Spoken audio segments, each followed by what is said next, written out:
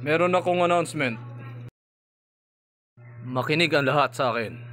Ay naku, araw-araw na lang Toolbox. Paulit-ulit lang naman sinasabi. Di pa ako kumakain. Ayan na si Boss Valdez! Magtatanggalan na naman ba? Gusto kong maging maayos ang takbo ng kumpanya natin. Ayoko na nag-aaway-away kayo. Hindi ako ang nanguna. Wala akong pakialam kung sino ang nauna at sinong nauli.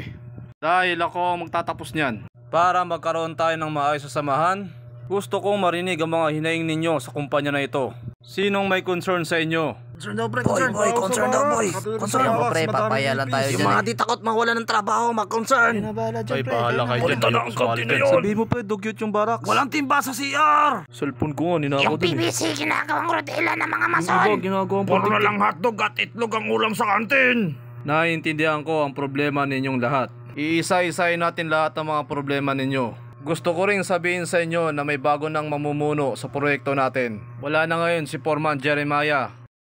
At ang bago niyong foreman ay si Taguro na. Kilala niyo naman si Taguro, hindi ba? Anong sinabi niya? Hindi pwede. Kalokohan yan. Nasaan na si Foreman Jeremiah? Magre-resign ako kahit first day ko pa lang. Labor lang yan dati ah. Mag-trade test ka muna. Ayaw niyo pala sa akin. Mga plastic kayo. Bibigyan ko kayo ng matinding disiplina. Lahat ng ayaw sa akin, lumapit lang. Trade test pala. Papakitaan ko kayo ng skill ng isang labor.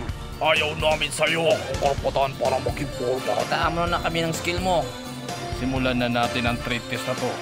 Alam mo ba kung anong trabaho ng isang foreman sa isang kumpanya? Parang kahapon lang, ang lakas mo mga burak ng Yossi ah. Wala ba kayong mga tiwala sa akin? 10 taon ng experience ko sa pagiging labor.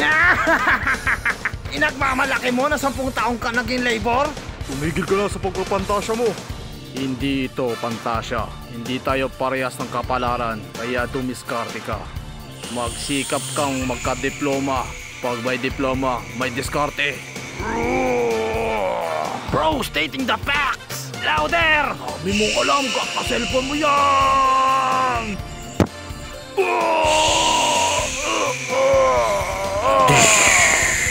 Mayaman ka pala sa langis. Di ako magpapatalo sa isang labor! May kalaban sa 6 o'clock.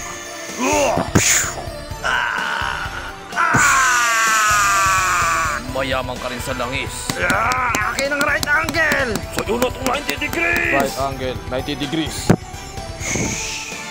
Eskwala ang akin. Alam niya, eskwala. May magti-trade test pa ba sa akin?